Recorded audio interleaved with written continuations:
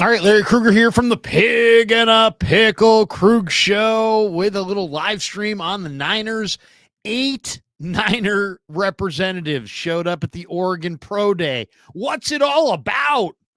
All right, we'll discuss it. We'll discuss it right here. It's the Pig and a Pickle Krug Show. Let's go.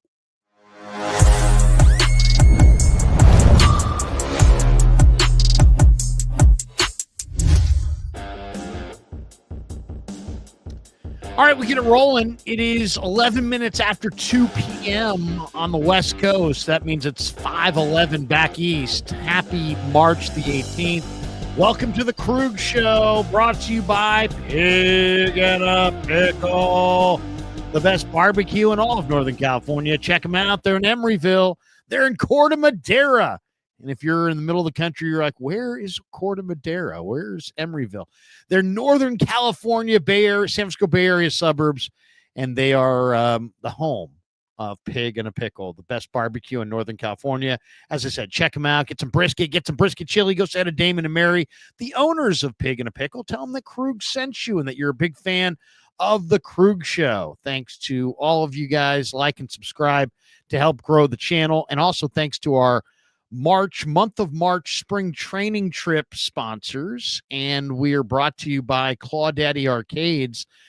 Claw Daddy Arcades has 3 locations in Southern California, spots in Fresno and Modesto, and a brand new arcade location coming soon to the Bay Area. So follow him on Instagram at Claw_Daddy_Arcades and find a location near you. And when you stop by, tell them that Larry Krueger sent you. And we're also brought to you, this show sponsored by LearnKeys Upskill Academy, an online learning platform designed to get you job ready in 6 months or less. Whether you're interested in IT, cybersecurity, marketing, or another high-demand field, they offer over 30 certification programs to help you take that next step in your professional career. So big fans of LearnKey Upskill Academy. They've been in business for 37 years. They've helped over 200,000 students. They currently are placing over 100 students per month in well-paying jobs coming out of their academy. So LearnKeys Upskill Academy. If you're, between jobs or just not liking the job you're doing and maybe want to get yourself a little bit more skilled for something new, check it out. And the links are in the description for all of our sponsors. And thanks to all of them for being proud sponsors of the Krug Show. All right, let's talk a little Niner football, and then we'll hit the chat and see what you guys have to say. Keith Overbaugh, by the way, says, Krueger, you should do a mock draft with only offensive skill players and kickers, so we're not surprised on draft day. There you go. The Niners in the first round went wide receiver, second round running back, third round tight end, fourth round they went with a quarterback. And the day 3, they took mostly kickers. Could you imagine how many people would be upset if that's the way it all shook out? All right. So we appreciate all of you guys, and we'll get to the chat in just a second. But let's talk a little bit about the Oregon Pro Day. This is the month of March. Okay, so you had free agency, and now you got the Pro Days. And the Pro Day circuit really goes between now and draft day in late April. And every team in the country, circumnavigates the air and basically, goes from one side of the country to another on a little jet usually, and they take a bunch of their guys and they go around to campuses. And this is why scouts love it when guys work out at the combine, because if you work out at the combine, they don't have to take all these flights. If you don't work out at the combine, they have to take all these flights and get some concrete information on the workout numbers so they can have an idea of who's going where and who belongs where and that kind of thing for the upcoming NFL draft. And today was the Oregon Pro Day up in Eugene, Oregon, and the Niners sent 8 representatives. Okay, so you knew John Lynch was going to go. R.J. Gillen and Tariq Ahmad are the head of scouting. They're going to go. Josh Williams, who just interviewed for the Jaguars general manager job, he's high up in their front office. He's going to go. That's 4. That's 4 right there. If any coaches go, well, you're pretty much at 8 right there. I mean, you're 4 more people, and all of a sudden you're at 8. But that's a big contingent to go to any pro day. But it really speaks volumes about the crop of available prospects coming out of the University of Oregon. And there are many, many, many prospects coming out for the Ducks this year. Now, I don't like them all. I like some. But not all of them. And that's just kind of the way it is. Everybody's got their favorites, and I'm no different. I've got my favorites. But Oregon had a ton of guys working out today. And see if I can find their list. Oh, here's their list. Okay, so Cam Alexander, defensive back, Jordan Birch, defensive end, Jeffrey Bassa, linebacker, Jamare Caldwell, defensive tackle, Derek Harmon, defensive tackle. He'll probably be the highest drafted of the Ducks. Justin Jacobs, a linebacker, Brandon Johnson, a defensive back, Tyshim Johnson, defensive back, Dante Manning, a defensive back, Jabbar Muhammad, a corner, Nico Reed, Kobe Savage, also defensive backs, Josh Simmons, a defensive lineman, Jordan James, the running back, Josh Connerly, the offensive tackle, Johnny Cornelius, the offensive lineman, probably a tackle, maybe a guard, Terrence Ferguson, the tight end, who had such a great combine workout, Dylan Gabriel, who's been in college since the late 60s. I'm just joking, but it was 7 years in college for Dylan Gabriel. Marcus Harper, the second, an offensive lineman, Patrick Herbert, a tight end, Trayshawn Holden, a wide receiver, Tez Johnson, a wide receiver, and Nishad Strother, an offensive lineman. So they had a full contingent of dudes. I mean, that's a lot. That is a lot. And I'm going to give you 8 or 9 that stood out to me or stand out to me, and then I'll tell you who my favorites are from Oregon. But let's just go right down the list. Why don't we start with Terrence Ferguson, the tight end, 6'5", 247 pounds. He as far as vertical goes, he tested in the 99th percentile for vertical. He ran a 4.63, 134 receptions career, 16 touchdowns, 85 receptions and 9 touchdowns over the last 2 seasons alone. Big, as I said, 6'5", 6'6", about 250 pounds, angular tight end. He's a ginger, got the red hair, and he's pretty athletic, pretty good hands. In a loaded tight end draft, he may get caught, kind of caught up in the numbers game. But he had a great combine workout. So a lot of people are gonna really take notice of Terrence Ferguson. So he's one of the players that I really like. I mean, he's a big tight end who would be a great 49er pick, I would say, in the mid rounds, round 4, round 5, something like that. Terrence Ferguson, the tight end from Oregon. So that he's the first guy that we'll hit on this list. The second guy on this list is Josh Connerly, the junior offensive tackle. This guy is an incredible athlete. This guy is going to be, I think, a boomer bust type player. He's one of the most athletic tackles in the entire draft. He had the best 10-yard split of any of the offensive linemen. He was a high school running back, and he's the oldest of 7 kids. He's just a tremendous athlete. He only allowed 9 pressures all season. He allowed only 2 sacks since 2023. So you take the 2023 season, the 2024 season, those last 2 years, he's given up 2 sacks, gave up 9 pressures all year. How did he do against the best team on his schedule? Well, Oregon played Penn State, and he went up against Abdul Carter. And guess what? Abdul Carter had 0 pressures in that game. 0 against Connerly. Connerly got the upper hand on Abdul Carter. Connerly, I think, is going to be one of the most intriguing players drafted, just because he does move so well at 315 pounds or whatever he is. Big man who moves very well. I would have loved to have seen his high school film of him at running back. I mean, that's got to be something else to watch. But Connerly has movement ability at offensive tackle that is the best of any offensive tackle in this draft. And as I said, Abdul Carter's a beast, and he held him to 0, not just 0 sacks, 0 pressures. He didn't pressure Dylan Gabriel once all game against Connerly. So I really like Connerly. Connerly is a very, very good player. The next guy on the list is Tez Johnson, the 5'11", 5'10", 155-pound wide receiver. This guy might be the most interesting guy today, simply from the standpoint of he went to the combine in Indy, and he ran a 4.51, which at 155 pounds is not good. That's not good. That's too slow. So a lot of the talk was, oh yeah, okay, well, Tez will run for the stopwatch at his pro day. Today was the pro day. He didn't run. Now he's like, hey man, this isn't a track meet. We're football players. But it's like, this guy is so small and he ran 4.51. Now he's got 37-inch vertical. Okay. So he's got lower body explosiveness. I mean, 37-inch vertical is incredible. He's going to stand on his production. And I'll say this, I think it's going to hurt him. It's just, there's too many athletes. There's too many players.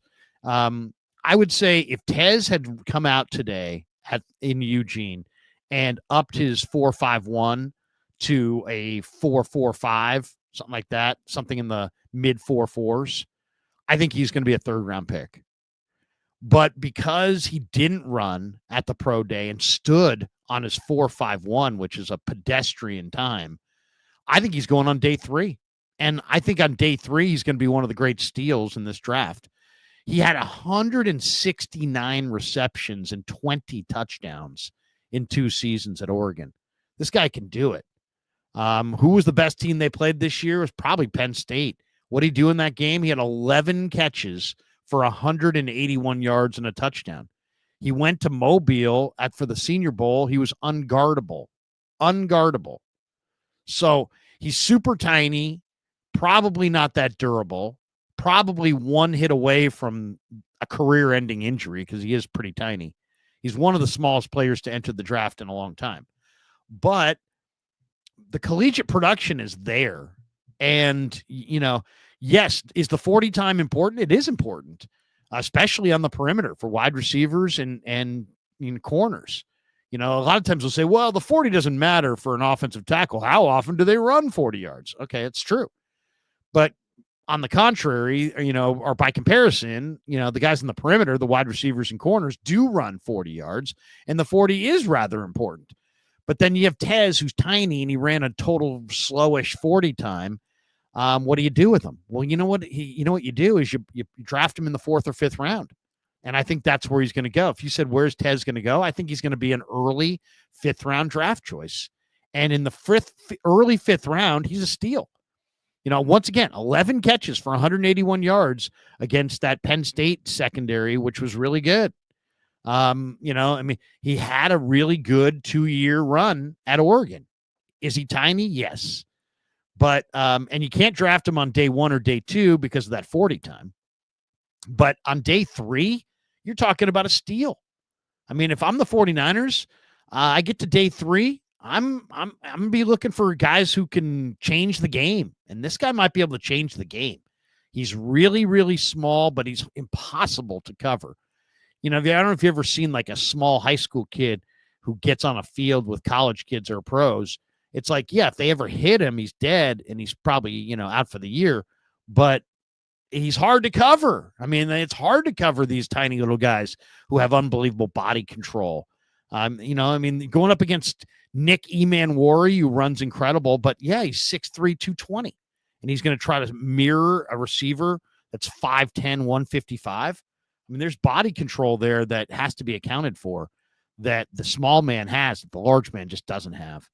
So to me, I think Tez could be an unbelievable steal on day 3 of the draft. And I think that's where he's headed, day 3 of the draft. I think he was hoping to go to day 2, but his decision not to run, I think, is going to cost him on draft day.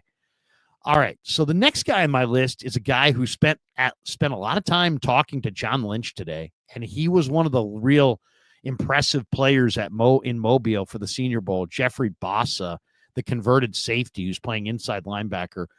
The NFL game has become very much a passing game, and this guy's a terrific coverage linebacker. He really is. And with the 49ers looking for linebackers, I could see a guy like Bossa being on their list in the mid-rounds. He ran 4.53. He's a kid who's from Salt Lake City, Utah, and he was one of the guys that got his side ready to play on Senior Bowl day. You could kind of see he spoke to the players in the locker room, and he's kind of a vocal leader. He's an undersized guy. As I said, he's a converted safety. There's a lot of really good undersized linebackers in this draft, and Bossa is one of them. He's probably going to go first among the undersized crew. My guess is round 4 or round 5. But he would be a nice Niner because he absolutely can move and cover. And, you already have Fred Warner, who's one of the great coverage linebackers in the history of the league. If you added a guy like Jeffrey Bossa to Warner, you might have the best coverage duo in the game. So I really like Jeffrey Bossa. Another guy that stood out to me was Jamare Caldwell. Now, this guy's interesting. He had 0 sacks this season. He's from Newberry, South Carolina, and he's 6'2". He's 342 pounds. But, man, I haven't seen too many guys at 340 pounds move like this guy. He reminds me of Dana Stubblefield coming out of K-State. I mean, just he's got the motor. He's got carries a ton of weight from the waist down. He's got huge legs that look like they would be slow, but his movement ability is off the charts. This guy can really move. Now, I don't know how he had 0 sacks. 0 sacks is a hard number to get away from this year because that's, obviously doesn't get any worse than 0. But watching this guy in the one-on-ones, it's like, I don't know that I've ever seen anybody 342 pounds move with the kind of fluidity and explosiveness that Jamare Caldwell does. I mean, this guy can absolutely move. He's got an elite motor, they say. He keeps coming on every play, but he moves exceptionally well. Now, he's a 2-gap body, but his game is that of a 1-gap penetrator at 342 pounds. To me, this is a guy that if he's on the board at any point in the second half of day 3, you gotta grab him. He's just too big. He's too strong, motor revs too hot. He moves too well at 340 plus pounds to not draft this guy. I think he's going to have some not durability issues, but some endurance issues. He looks like he's carrying some bad weight, but I'll tell you, the guy moves. This is one of the most. This is where Oregon's a little crazy. They sometimes get these guys that are just huge that move at an incredible way or at an incredible level. And Jamare Caldwell's on that list. He's 342 pounds. He moves around like a guy who's 285. Seriously, I mean, this guy was. If this guy, can play at this level, where he can move and be a pass rusher at 340 pounds. That's going to be a really nice player to get on day 3. The fact that he had 0 sacks and he played on the line with Derek Harmon and Jordan Birch makes me a little concerned about, his motor and his just ability to find the passer. But, I mean, the people around him say he plays incredibly hard. The movement skills that he showed in Mobile are absolutely first-round movement skills at 342 pounds. So I think Caldwell could wind up being a day 3 steal. Derek Harmon is the interesting guy. He's going to go in the first round. He led the FBS in pressures this year with 55. He forced a nation-best 39 hurries, most among all players in the FBS level. He led the nation with an 18.8% pass rush win rate, led all FBS defensive tackles in pass rush win rate. So as a pass rusher, you look at Derek Harmon and you're like, oh, man, this guy's a first half of the first round kind of a player. But then you look at some of his, some of the workouts, some of his plays inside against the run, and he struggles against the run. He needs to get stronger. I mean, this guy needs to get bigger and stronger and anchor. I think the functional strength is just not there. Now, the foot quickness, he's got a couple moves. It's there, and that's why he's got good pass rush win rate numbers. But he had a 29.8% tackling grade, 29.8 tackling grade from PFF. That was bottom 12 among all FBS defensive tackles. So when you watch the film, he doesn't anchor against the run. He gets moved against the run. He struggles to anchor against the run. He doesn't come off blocks and make tackles against the run. He's really a one, I don't want to say one-trick pony, but he's a pass rusher only, and the Niners' struggles against the run are going to continue if you draft this player. Certain guys play the run well, other guys don't. If you get a bunch of guys on one line that all play the run well, guess what? You're good against the run. You get a bunch of guys on your defensive front seven that don't play the run well, and I don't care how much you pay them or how athletic they are or what they look like in the uniform. If they're not good against the run, and you get enough of them on the team, you're not good against the run. That's what happened with the Niners and Javon Hargrave. They brought in Hargrave. He himself wasn't good against the run. He took a ton of money. They had to get rid of some other good run defenders. And they looked up and they're like, whoa, we've got Bosa and Hargrave on one line. Isn't that exciting? But we can't stop the run. So I'm not in favor of Derek Harmon because I think he's a pass rusher only. I don't think he can stop the run. I don't think he can anchor against the run. I don't think he can, sit in the hole and come off blocks and make tackles against the run. I think this guy is going to be drafted really highly on the fact that he led the FBS in pressures with 55, and I don't think he plays at that level. I don't think he plays at that strength. And you show me a defensive tackle, I'll show you a guy that needs to play the run. There's no such thing as he's a defensive tackle and he doesn't need to play the run. We don't need him to play the run. No, you're right in the middle of the defense. You have to play the run. This guy's not good against the run, and I would steer clear of him. Another guy on the list, though, that I really like is the guy that plays next to him on the line, and that's Jordan Birch, the defensive end. This is a South Carolina transfer who's got great quickness. He runs a 4.7 at 280 pounds. He had 8.5 sacks this year at 6'6", 290. Now, coming into the year, Jordan Birch looks like Tarzan, plays like Jane. He's big-bodied, incredible athlete, 6'6", 290, in good shape, but he just didn't get tons done. Just didn't get a lot done. This year he did. 8.5 sacks, really came of age. I thought he played the best football I've ever seen from Jordan Birch, and he's super intriguing. He's still kind of a boom or bust player because, 6'6", 290 as a defensive end, this guy's either going to make your defensive line because you're going to have this huge hulking defensive end who can get to the quarterback, or he's going to be one of these guys that looks good in the uniform but doesn't get a lot done. If you looked at his early years, he was the guy that looked great, didn't get much done. If you looked at this year, he got a lot done. So I would say he's a mid-round pick, probably 4th or 5th round on those measurables alone. I'm a little nervous about him. Same way I'm nervous about Harmon, I'm nervous about him. I'm looking at these three guys that were all on this 4-man line: Jamari Caldwell, Derek Harmon, Jordan Birch.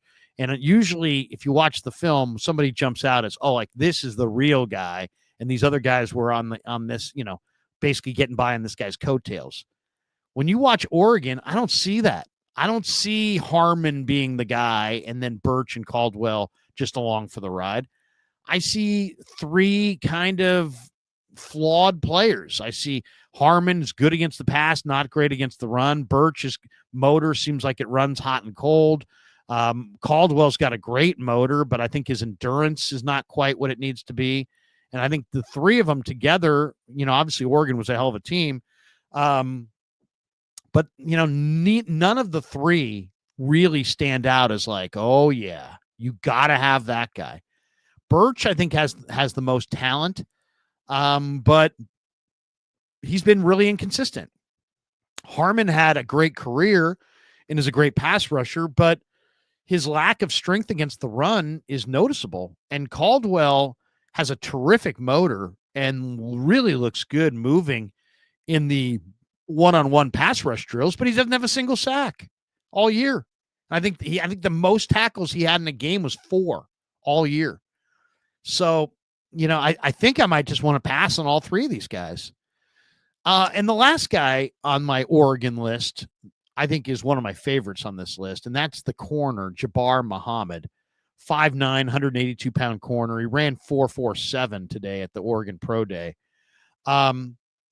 Muhammad's big time, man. He's a terrific player. He allowed only a 46.8% completion percentage against him when he was targeted. Now, he only had a 31.5-inch vertical, which makes me a little nervous. Can he contend for the ball in the air with that 31.5-inch vertical? I mean, that's not a bad vertical if you're 290 pounds, but if you're 5'9", 182, 31.5-inch vertical is deficient. I'm looking for more like 35, 36. and he didn't jump very high. So that's a little bit of a concern, the lack of lower body explosion. But when you watch the film, 26 PBUs over the last 2 seasons. He's had 4 career interceptions that he's come away with in his career. He's only given up 3 receiving touchdowns. He's a smart player. He's an instinctive player. He's a tough player. He's a competitive player. To me, when I'm going back through these Oregon guys, I would say yes to Muhammad, no to Birch, no to Harmon, yes to Caldwell, but only on day 3. Yes to Jeffrey Bassa. Like Jeffrey Bassa a lot. Yes to Tez Johnson, but only on day 3. And then run that card in. That's a steal. Yes to Connerly. Connerly is worthy of taking a flyer on. I wouldn't draft him in the first round, but he's absolutely worthy of taking a flyer on. And I would say no to Ferguson. So my favorite players from the Oregon Pro Day, Jabbar Muhammad, Jeffrey Bassa, Tez Johnson, and Josh Connerly Jr. Those would be my 4 favorites. I don't think they're perfect prospects. I like Bassa, but I like some of the other undersized linebackers a little bit more. Eugene Asante, some of the others, David Benda, Chandler Martin, Nick Martin. There's a few undersized linebackers that I really, really like. A little bit more than Jeffrey Bassa. But I like Bassa. There's no question, and I love his coverage ability. I think he's going to play in the NFL and play well. I like Tez, especially if you get to the 4th round. I think that's a steal. Love Connerly on day 2. I think Connerly would be a day 2 guy. Don't mind the idea of Caldwell on day 3. And Jabbar Muhammad, I think, is going to settle in as a 4th or 5th round, maybe even later corner. That vertical may drive him into the 5th or 6th round. But I think Jabbar Muhammad I like the most, and then probably Bassa, then Connerly. I kind of like Tez the most, to be honest, of all their Oregon players. But that 4.51 at 154 pounds, you're really going to have to roll somebody up there. And when nobody else was around, you're going to have to tell me that you got Tez sub 4.5 on the stopwatch. Like if the Niners, this happened a couple years ago. The rest of the league had 4.7s, I think, listed on Greenlaw. The Niners went to Arkansas and they had a 4.53 time on him. Well, send somebody up there between now and late April and see if you can get him to run a 4.45 in a private one-on-one setting. And if you can, man, I think that's your 4th round pick, Tez Johnson, because I think that could be a steal. Once again, against Penn State, and they're loaded in the secondary, really good defensive team, very rugged, 11 catches for 181 yards and a touchdown. 20 touchdowns in his last 2 years at the University of Oregon. So Tez I like, Connerly I like, Bassa I like, Muhammad I like, Caldwell I like a little. Steer clear of Birch, steer clear of Harmon. And I'm not the biggest Ferguson fan. I just like some of the other tight ends better. All right, let's hit the chat and see what people in the chat have to say. We got this one from Joji. John Lynch made a horrible mistake trading DeForest Buckner and getting Kinlaw in the draft. Yeah, no question. No question.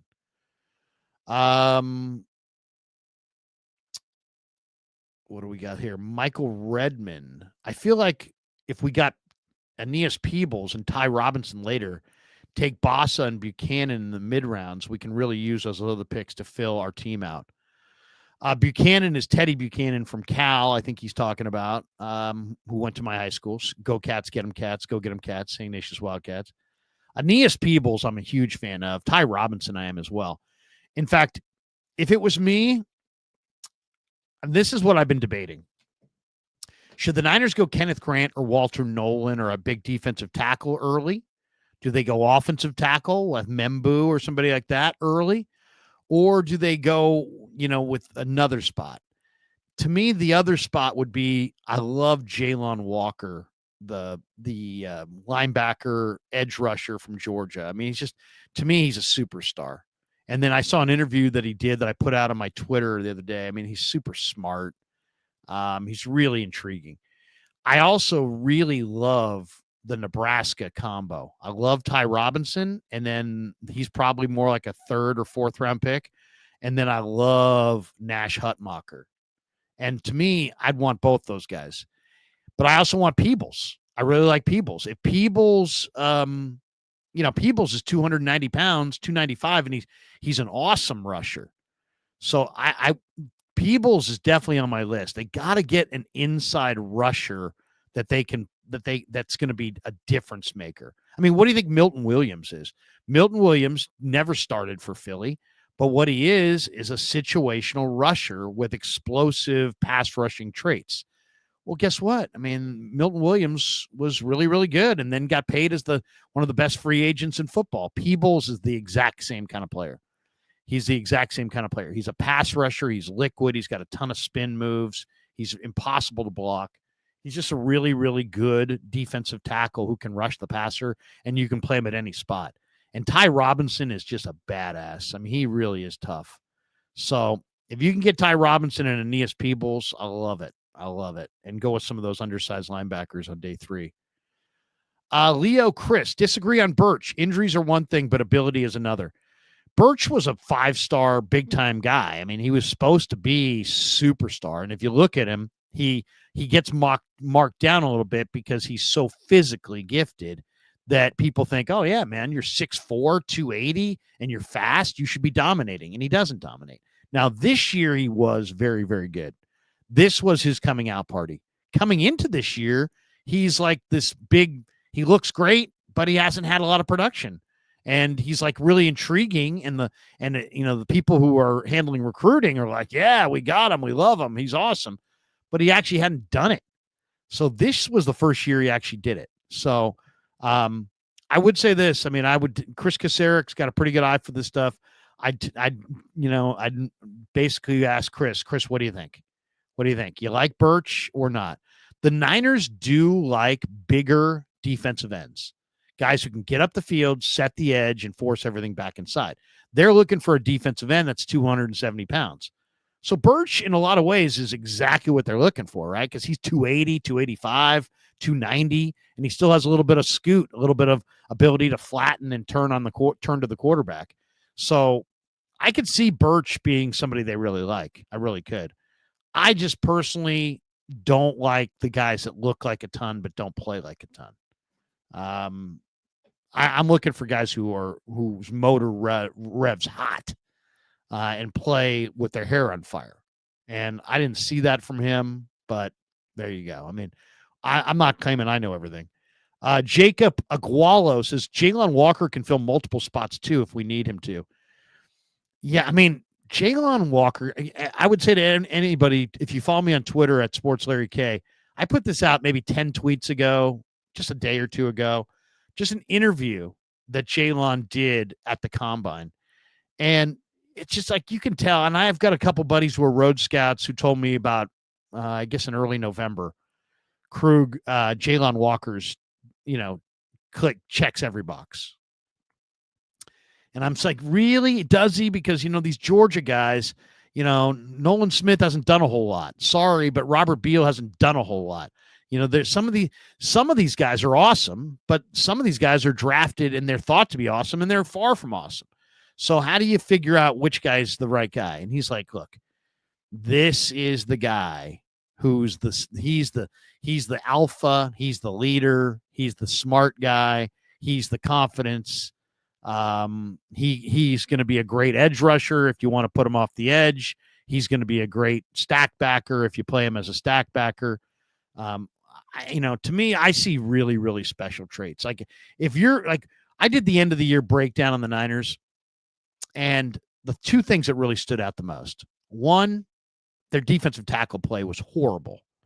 I mean, they absolutely should dump their defensive tackles and start fresh because they used to have Armstead and Buckner. My God, the defensive tackle play this year was horrible. Horrible. Nobody came off blocks. Nobody played with any consistency. The Niner defensive tackle play was not anything close to what it's been in years past. So that really stood out. That was number one. Number two on the list was they're just too damn slow.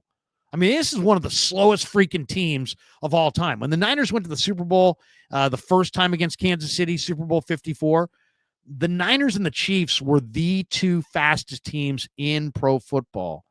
Now the Niners are slow. The wide receivers slow. The corners slow.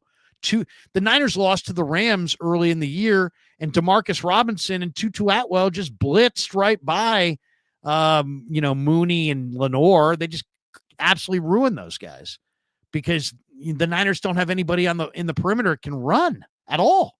And so Tutu had a 50-yard catch. Demarcus Robinson had a 32-yard catch, and they just crushed. They beat the 49ers with no Puka and no Cooper Kupp, all with Demarcus Robinson. Just Tutu Atwell. I mean, you got to be kidding me. The Niners lack speed. They lack speed at corner. They lack speed off the edge. They really lack speed at linebacker. They lack speed in the secondary. They lack speed on the offensive line. They lack speed at running back. They lack speed at wide receiver, tight end. They are slow.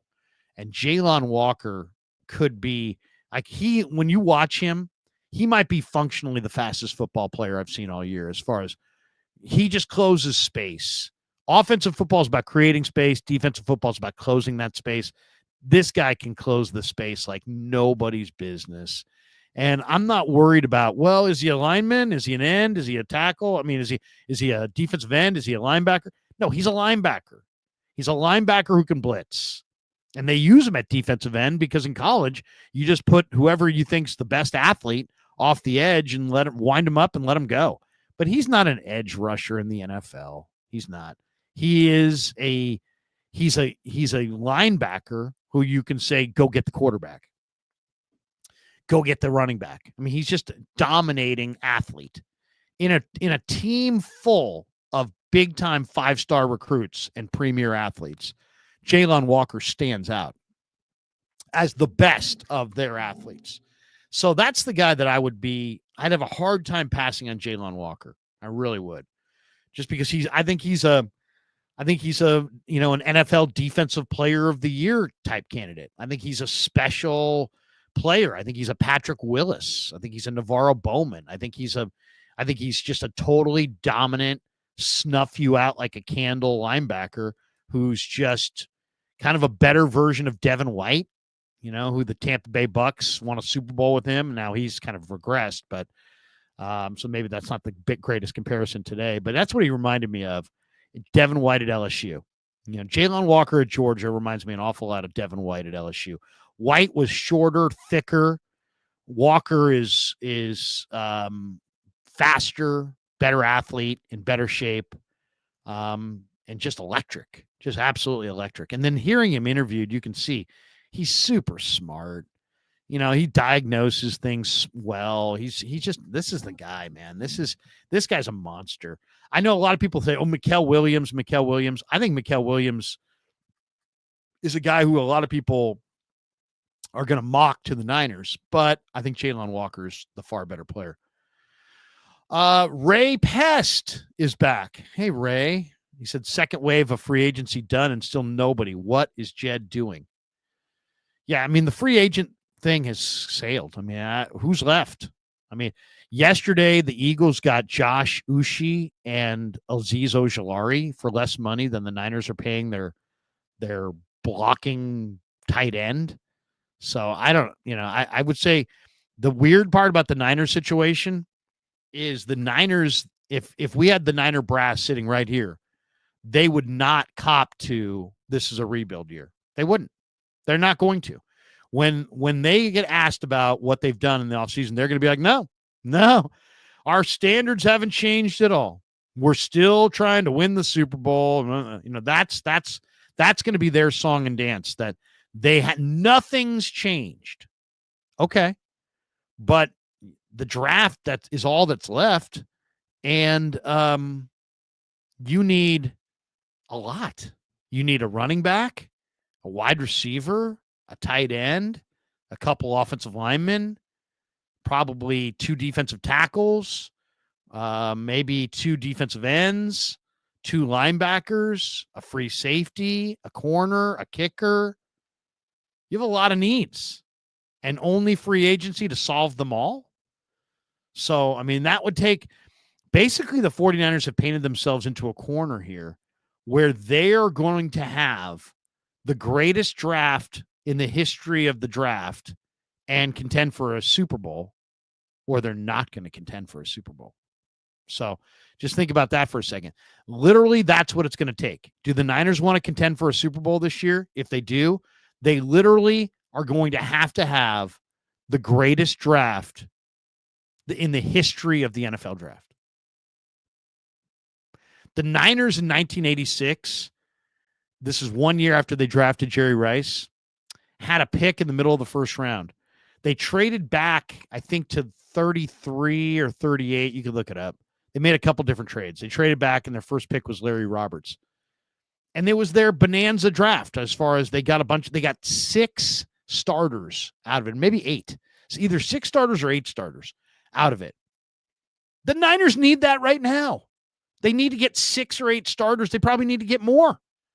So if they're going to have, they're going to be a Super Bowl team this year and really contend for a title, they're going to have a historically great draft haul. Is it possible? Maybe. Might be. I won't say they can't do it, but that's what it's going to take. That's what it's going to take. We have this one from Ray. He says, really hope the Niners trade back into the middle or the end of the first. Who do you want, Ray? Who do you want there? I thought you would say that with like somebody in mind. If you have somebody in mind, let me go. Let me hear about it. I'd love to hear. Kenny 49ers says Connerly probably gone by the end of the first. I mean, if anybody flips on the Abdul Carter tape, he could be gone in the first 10 picks. I mean, he looked amazing in that game. I watched that. I couldn't believe it. Abdul Carter just got stymied. Couldn't do anything against Connerly. Connerly is really, really dominating as far as his skill set, his strength, his balance. I mean, he's a really incredible athlete. Tattoo Jesus is Larry. Serious question. When you were a scout, who was one of the biggest misses you had on a player? I only did it for what, 2 years in the Canadian League, 2 years in the NFL. So only four total years of scouting. I don't know that I had a true high-profile miss. I mean, I've had many, many misses of guys that I thought were good that weren't good, that I wasn't scouting for the Cardinals at the time or for the Sacramento Gold Miners when I misgauged these guys. But there have been many Niners that I thought Rashawn Woods was going to be really good. I thought J.J. Stokes was going to be an all-timer. I thought Carlos Hyde was going to be really, really good. I mean, those are ones that I know you guys that I know you know of. I mean, there were a couple receivers that I told the Cardinals I thought were pretty good receivers that wound up being not very good, but I can't even remember their names at this point. Yeah, I mean, believe me, there is no such thing as the guy who's been doing this forever and I've never gotten anything wrong. No. You absolutely, nobody's perfect. Nobody's perfect. Anytime you have people evaluating people, you're going to have flaws and mistakes.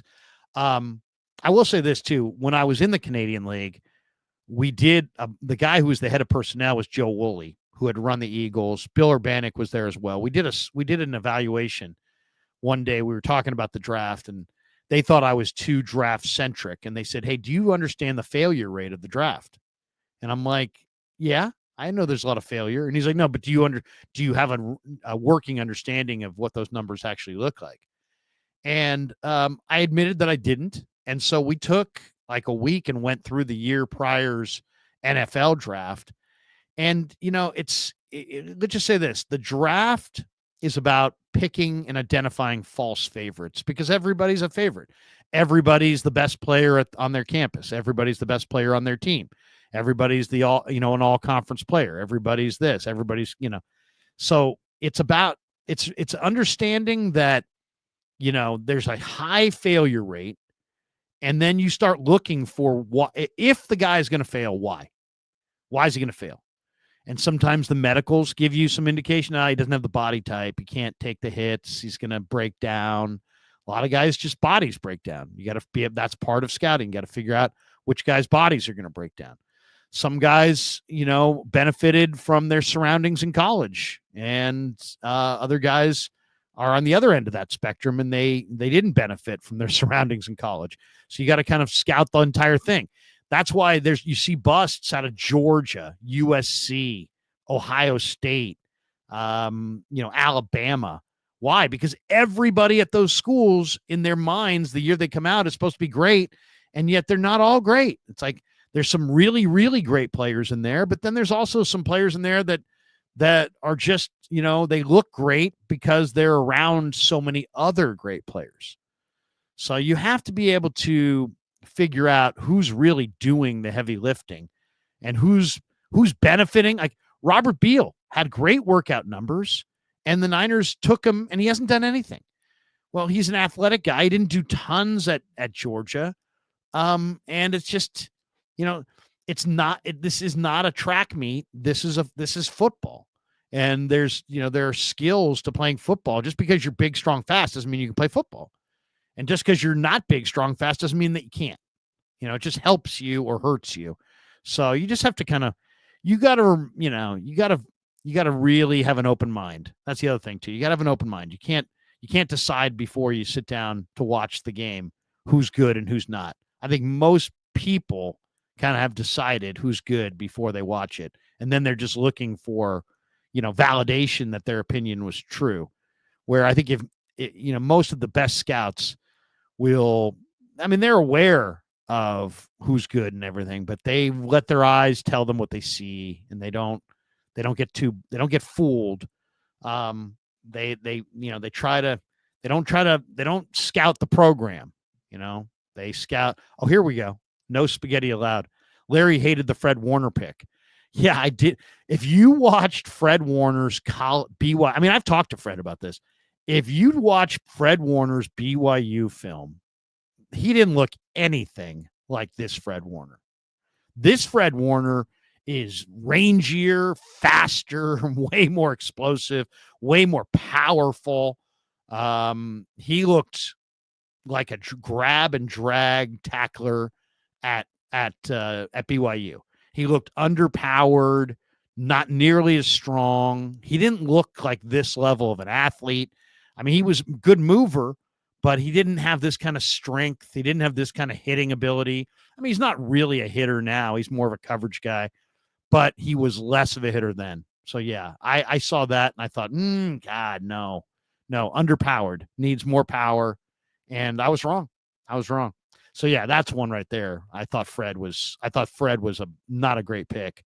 And he's been an incredible pick. But it's funny because if you talk to Fred, he's like, yeah, I'm quite a bit different player than I was in college. Yeah. You really are quite a bit different than he was in college. We got this one from Tattoo Jesus. Thank you, Larry. Was always curious as to the other side of the coin to the success stories on the draft behind the scenes. I was remembering Robert Gallery and figured I'd ask. Yeah, Robert Gallery lives in Pleasanton, like about 20 minutes from here. And I saw him at a car show. I saw him at a Good Guys auto show. He's a big car guy. So he's, I'll say this, Robert Gallery was smart. He was a high pick, took care of his money, and is living in Pleasanton and enjoying life, living off that money. At least last I saw him a couple of years ago. Didn't necessarily work out, but he was smart with his money, and good for him. He's not having to find another line of work. We got this one from Invader 49er. He says Drake Jackson will be cut with an injury settlement. Oh, man, I don't want to hear that. I love Drake Jackson. Good dude. Rich Deco. So we want Dylan Gabriel? No, you don't want Dylan Gabriel. I know there were some people saying, oh, the Niners want Dylan Gabriel. I would be very, very shocked if the Niners drafted Dylan Gabriel. Dylan Gabriel, to me, maybe the weirdest stat of the entire offseason was the stat when somebody was saying that Dylan Gabriel was throwing the hardest passes of anybody in Mobile because he doesn't have an epic arm. He doesn't have one of the great all-time arms. And yet people were saying the velocity on his football at the All-Star circuit was incredible. So I don't know about that. I would question that. Kenny 49ers says draft Brady Cook. I mean, do you draft any quarterback at this point? I do like Brady Cook. I do like Brady Cook quite a bit. I'm a big Brady Cook fan. It's funny. I've done the deep dive on the quarterbacks and taken a lot of look at all the quarterbacks. And I really like Cam Ward a lot. Don't like Shedeur Sanders. Not a big fan of Jackson Dart. Don't like Jalen Milroe. Ewers, I think, is going to play in the NFL, but I was not impressed with him. Tyler Shugg from Louisville's got a great arm, but not impressed with him. 7 years in college. Dylan Gabriel is 5'10", too small. That's too small for the NFL. The quarterbacks that I like in this draft, and I like Cam Ward. I already told you I like Cam Ward. Then the next quarterback I like is Riley Leonard. I like Riley Leonard. He threw the hell out of the ball at the combine. People were telling me he's got no arm, no arm, no arm. I watched him at the combine. He had plenty of arm. His arm was fine. He's mobile. He's competitive. There's some magic there. He's a man of faith. I like Riley Leonard, man. I'll take Riley Leonard. And I like Brady Cook. Brady Cook ran, you think Brock Purdy's quick? Brock Purdy had a 1.54 10-yard split. Brady Cook at 6'2", 210 pounds, had a 1.53 10-yard split. So he's incredibly quick. And to me, movement ability is no longer kind of an extra. I think it's a prerequisite. So the only quarterbacks I like in this draft, really, that I would actually say, you know what, I'll put my name that they're good. Cam Ward, I'll take Cam Ward. Riley Leonard, take Riley Leonard. Brady Cook, I'll take Brady Cook. I kind of like this Seth Hennigan a little bit from Memphis. Haven't seen enough, but I do kind of like him. But I like the kid from Canada, Taylor Elgersma from Laurier, who's 6'6", 215 pounds, great athlete. So those are the quarterbacks I like. Hennigan, Elgersma, Brady Cook, Riley Leonard, and Cam Ward. I don't want Shedeur, don't want Dart, don't want Milroe, don't want Ewers, don't want Will Howard. Don't want Kyle McCord, even though I kind of like him a little bit. Everybody else, no, don't like him. So I like the Niners getting Mac Jones. I thought that was a good pickup. Boxing Fan times 4 says realistic BA compensation from either New England or Cleveland. That's a good question. I would say from New England, maybe Kendrick Bourne and a 3rd-round pick, something like that. From Cleveland, from New England, I would say Bourne and probably a day 2 pick. But even the day 2 pick's probably pie in the sky. It's probably Bourne and a 4th-round pick. As far as Cleveland goes, I'll say this about Cleveland. Cleveland, and I was talking about this with John Lund last night. John disagreed, but I said that I could picture the Cleveland Browns have 4 picks in the 6th round. 4. I could see the 49ers, trading Ayuk there and getting some of those 4 6-round picks. I'll tell you the other guy who I really do think would be an intriguing trade. What is Brandon Ayuk? He's a very good football player who has a very serious knee injury and a kind of a big contract. What's Jeremiah Owusu-Koramoah? He's the same thing for Cleveland. He had a neck injury on a tackle that he made against Derrick Henry, and his status for the upcoming year is kind of in question. I could see the 49ers saying, hey, you know what? You can have Ayuk. We'll take JOK and give us a 6th-round pick. Just because JOK went to Notre Dame, he's really good football player. You're a physical risk for, you're a good player with a physical risk for our good player with a physical risk. And maybe you throw in a 6th-round pick to make it more palatable. I don't know. That would be my guess. I've heard Greg Newsome's name mentioned. I know people have thrown out Denzel Ward. I don't know if those are realistic. Maybe Newsome's more realistic than Ward. But I'll say this. I do think those 4 6-round picks that the Browns have would be very attractive. And I'll say this. I know this is going to sound crazy, but when you really think about what the Niners would get out of a Brandon Ayuk trade, they would save $110 million of Jed's money. That is their motivation, I think, in any Brandon Ayuk trade, is to recoup that $110 million. So that's a big recoup. I would not be surprised if the Niners traded Ayuk to the Browns and all they got was cap relief and those 6-round picks. I asked Lund about it, and he's like, "Oh, no, they need a higher pick than that." And I'm like, I get it, but if your real motivation is to get rid of the $110 million commitment, then maybe you would take the picks. And I'll say right now, if the Browns came and said, "We'll make this deal, we'll take the 110 off your back, we'll take Ayuk, and we'll give you 4 6-round picks," I would do it. I would do it because 4 6-round picks, yeah, a couple of them are going to be bust, but a couple of them might be good. And really what you're after is the reset, the financial reset on Ayuk. That's what the Niners are trying to move. They're trying to move on from Ayuk, it sounds like.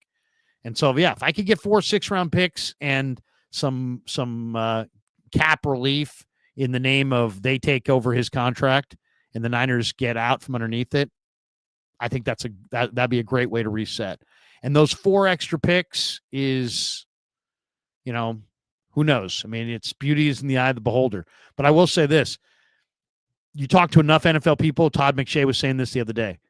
This year's draft and next year's draft, because of the NIL and because of the pandemic, are deeper. And you're going to be able to find starters in the 5th and 6th round. So getting 4 6-round picks for Ayuk, even though it might sound like a colossal loss, potentially could wind up being a very advantageous deal. Invader 49ers says Walter Nolan and Femi. So that's that. Those are 2 guys. I could see the Niners going round 1, Walter Nolan, and round 2, Olafemi Oladejo. I could picture that. Like if I had to bet right now, you just made me wager on what the Niners will do in round 1 and round 2. That's what I would go with. Invader 49ers, Walter Nolan in round 1, Olafemi Oladejo in round 2. Boxing fan times 4. What would be your realistic idea for first 3-round picks? Well, I just gave you the first 2, Walter Nolan and Olafemi Oladejo. In round 3, I'd probably take Anthony Belton, the gigantic tackle from NC State. I think Belton's really good. I think he's, heck, if Connerly is there from Oregon, I might consider Connerly, but I like Anthony Belton. He's a huge man who can play guard this year at left guard, and then you slide him out to left tackle in a year. I also like Emory Jones quite a bit, the LSU offensive tackle. Really like Emory Jones's ability. I think he's got a huge future ahead of him. So, yeah, Emory Jones or Anthony Belton in round 3, Olafemi Oladejo in round 2, and Walter Nolan or Kenneth Grant in round 1. That's what I'm looking at. All right, that's going to do it for us. Thanks to our sponsors, Pig and a Pickle, the best barbecue in all of Northern California. Thanks to Claudaddy Arcades. Thanks to our good friends at LearnKey Upskill Academy. The links are in the description for all of our sponsors. Thanks to all of you guys. No Niners Nightly tonight because the Giants play the A's in the Cactus League. So I'll be back tomorrow on Wednesday night for more Niners Nightly. You'll want to tune in at 6 o'clock because the great Ryan Fowler from the Draft Network is going to be by, and we're going to do a deep dive on some of the offensive linemen in greater detail, maybe even some of the defensive linemen, and really break it down. So no Niners Nightly tonight on KMBR. Later today, I will be doing a live stream with we're going to do a live stream tonight with Raj, probably around 6:30 or 7. And then after the Warriors finish their game tonight against the Milwaukee Bucks, Cyrus and I will go live on Cyrus's channel. It might be on both channels, but he's going to initiate. So there you go. We got a couple streams coming up later on today. I'm going to go watch my son play a little high school baseball here in the next half hour. Looking forward to that. We'll see you later. Thanks for supporting The Krug Show on YouTube. And once again, thanks again. Peace. Yeah, never met a man I've been scared of.